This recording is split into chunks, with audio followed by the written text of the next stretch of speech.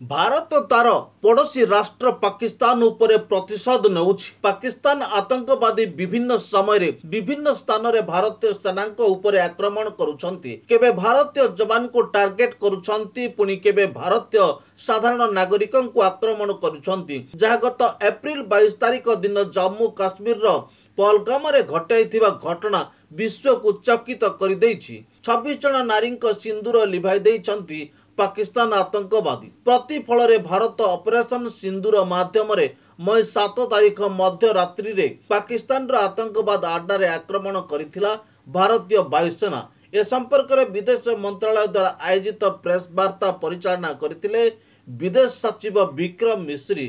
Press वार्तार उपस्थापिका थिले colonel Safia Qureshi एवं wing commander भूमिका सिंह।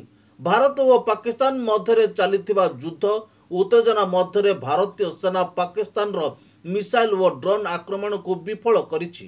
या सहित भारत निजर सुरक्षा व्यवस्था को आहुरी मजबूत करिबा पई 14टी इन्फैंट्री बटालियन एवं टेरिटोरियल आर्मी को सक्रिय करिछि।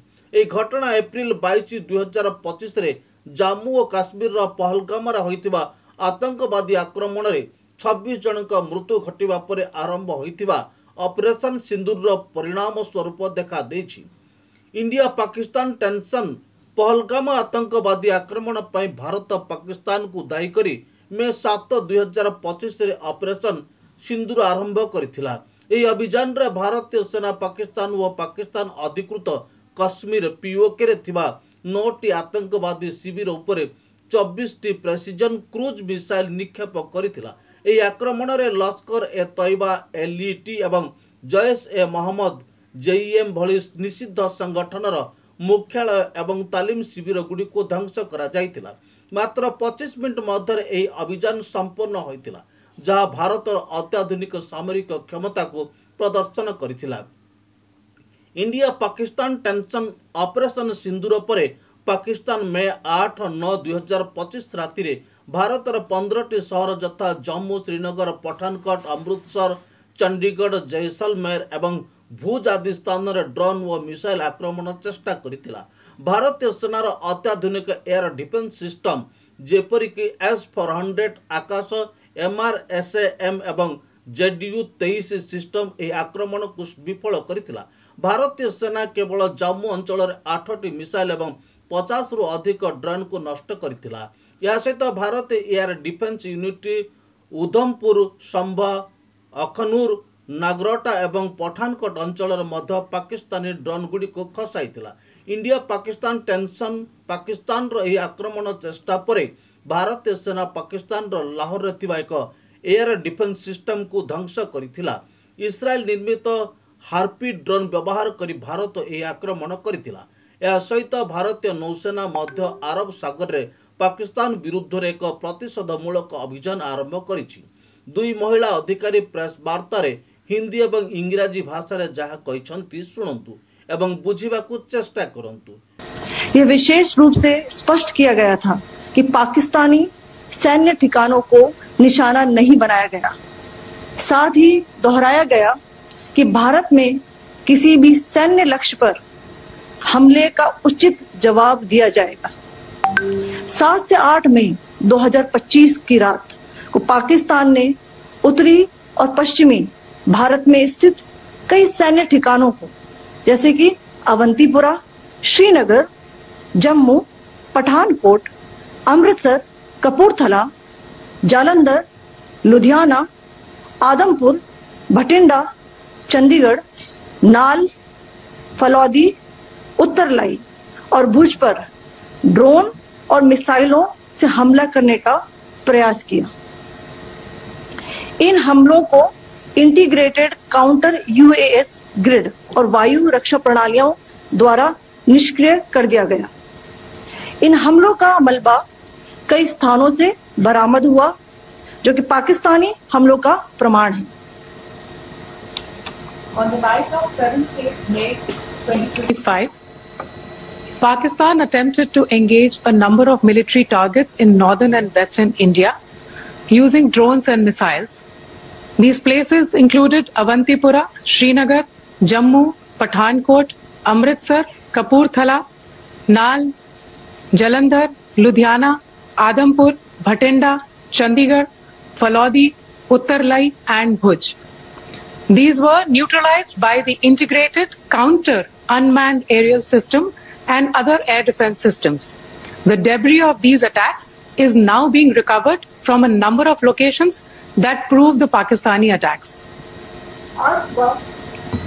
आज सुबह भारतीय सशस्त्र बलों ने पाकिस्तान के कई स्थानों पर वायु रक्षा रडार और प्रणालियों को निशाना बनाया।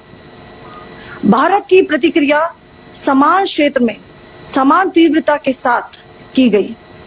यह विश्वसनीय रूप से ज्ञात हुआ कि लाहौर में स्थित एक वायु रक्षा प्रणाली को निष्क्रिय कर दिया गया। Today morning, Indian Armed Forces targeted air defense radars and systems at a number of locations in Pakistan. Indian response has been in the same domain with the same intensity as Pakistan. It has been reliably learnt that an air defense system at Lahore has been neutralized. Pakistan ने नियंत्रण रेखा पर आकरण गोलीबारी की तीव्रता बढ़ा दी है, जिसमें कुपवाड़ा, बारामूला, उरी, पुंछ, मेंढर और राजौरी क्षेत्रों में मोर्टार और भारी तोपखाने का इस्तेमाल किया जा रहा है। Pakistan has increased the intensity of its unprovoked firing across the line of control using mortar and heavy calibre artilleries in areas in Kupwara, Baramulla, Uri, Poonch, Mendhar and Rajouri sectors in Jammu and Kashmir. 16 innocent lives have been lost, including 3 women and 5 children, due to the Pakistani firing. Here too, India was compelled to respond to bring mortar and artillery fire from Pakistan to a halt. Indian Armed Forces reiterate their commitment to non-escalation, provided it is respected by the Pakistan military. Jai Hind.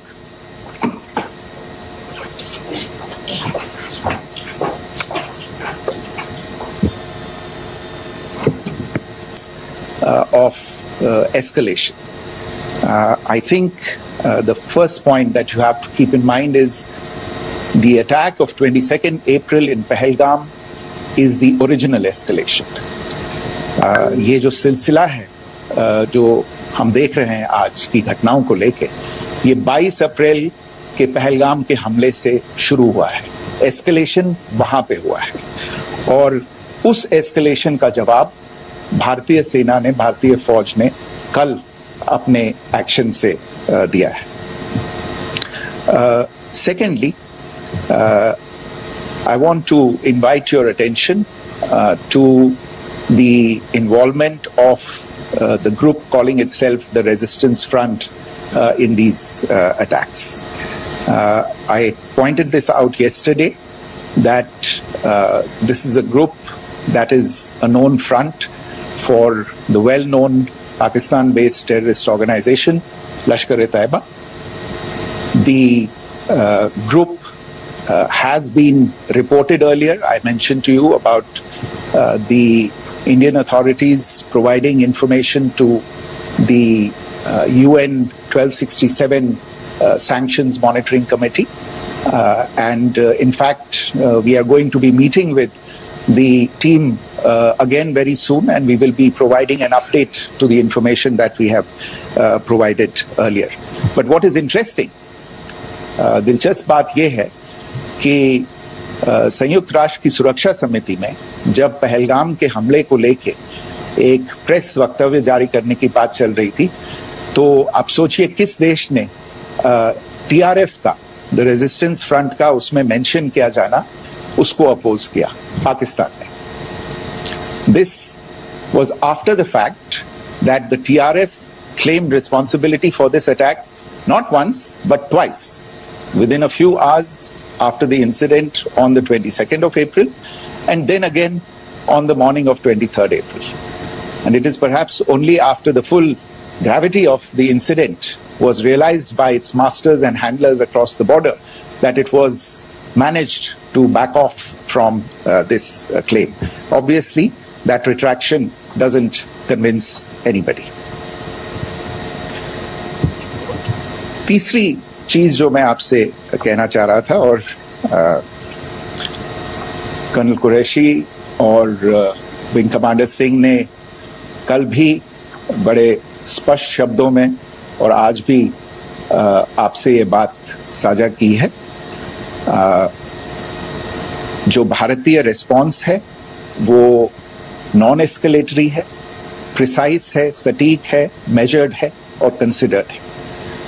Our intention has not been to escalate matters. We are only responding to the original escalation, as I said, and our response has been targeted, precise, controlled and measured. Only no military targets have been selected. Only terrorist infrastructure in Pakistan has been hit. Now, there are, as I said, a number of issues that have been raised in commentaries, and there's a lot of, as I said, unfounded disinformation and fabrication that has come from across the border. And I would just like to use this opportunity to set the record straight on some of these issues.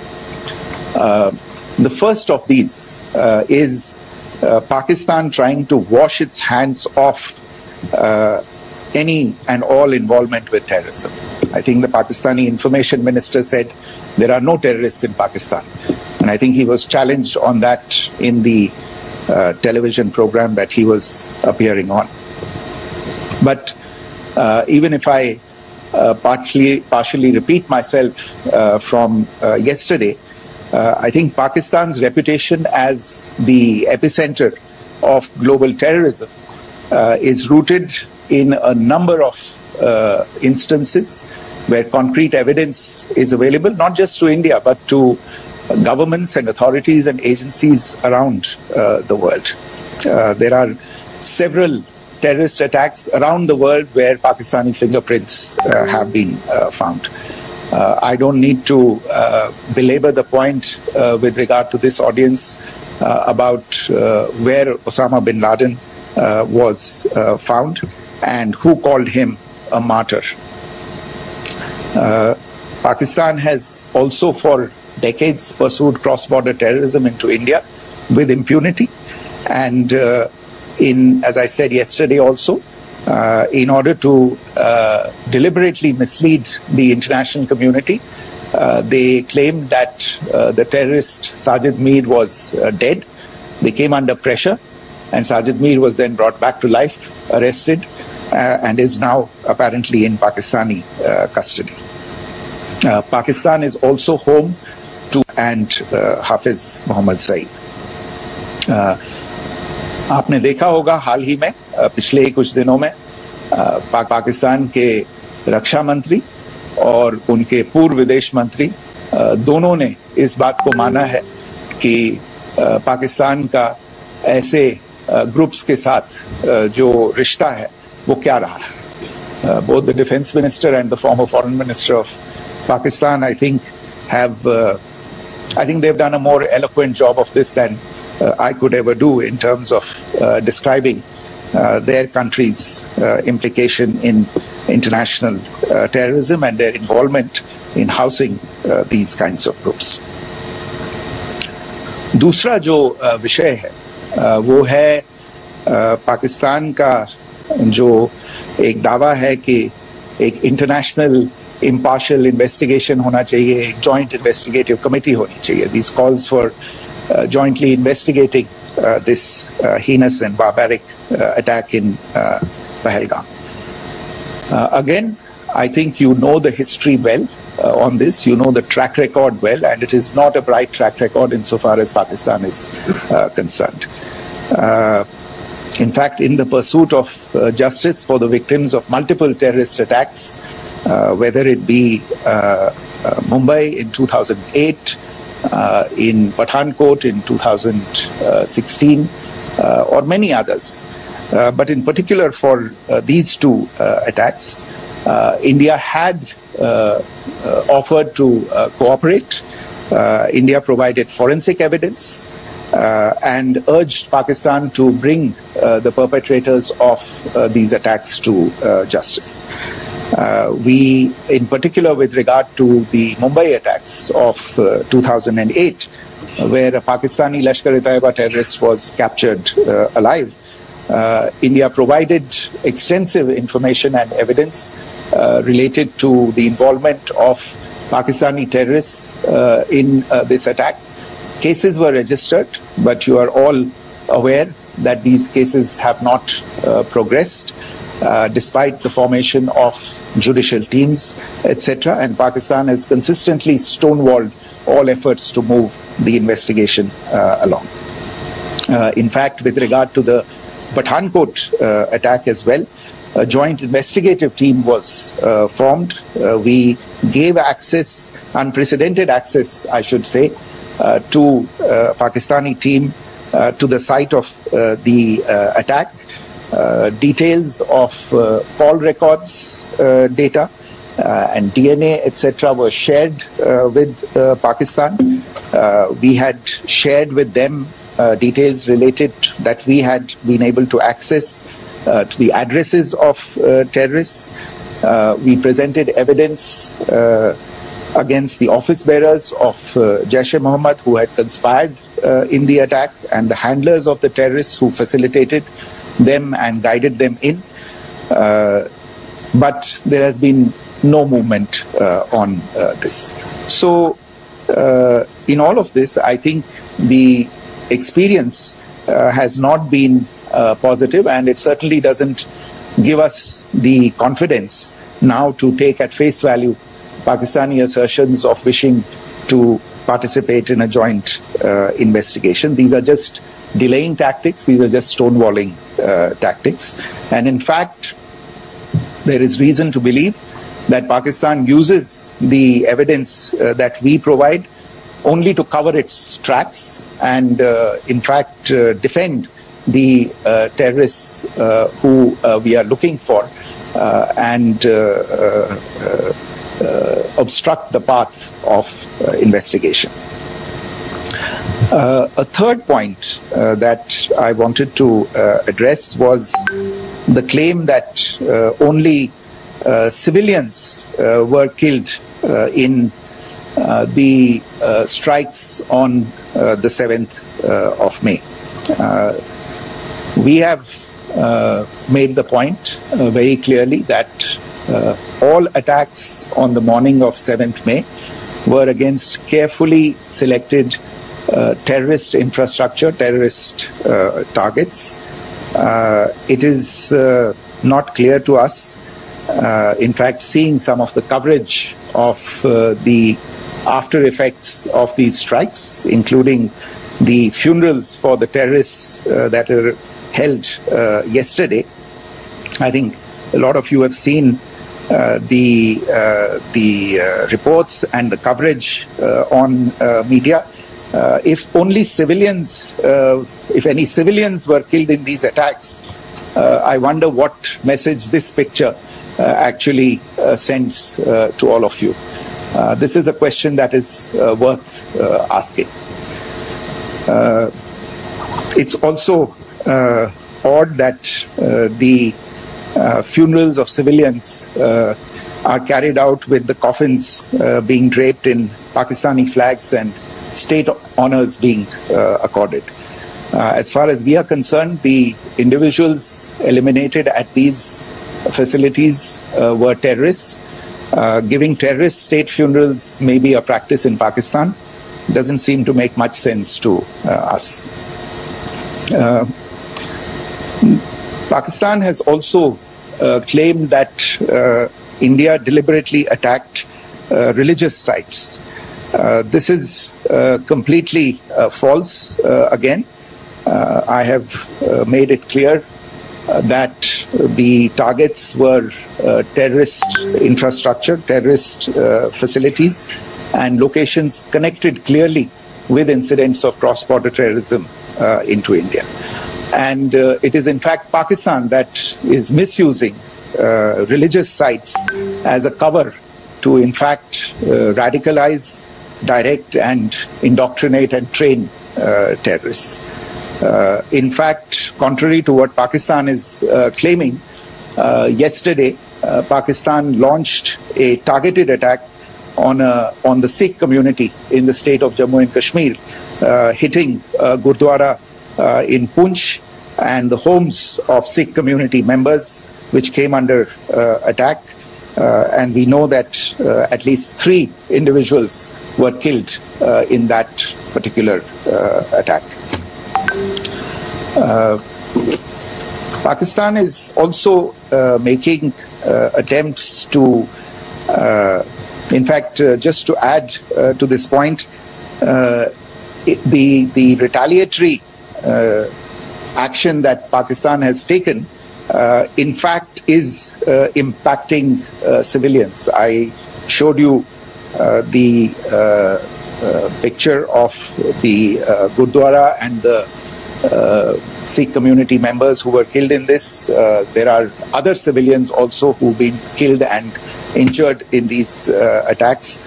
In fact, since yesterday morning, a total of 16 civilians have been killed and 59 others have been injured in the attacks by Pakistan.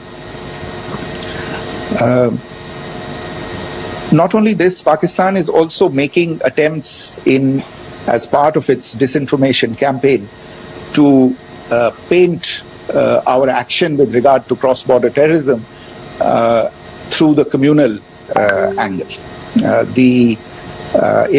If that is the issue, then I think I can do no better than to cite or point you in the direction of the Pakistan Army Chief's speech of 16 April 2025.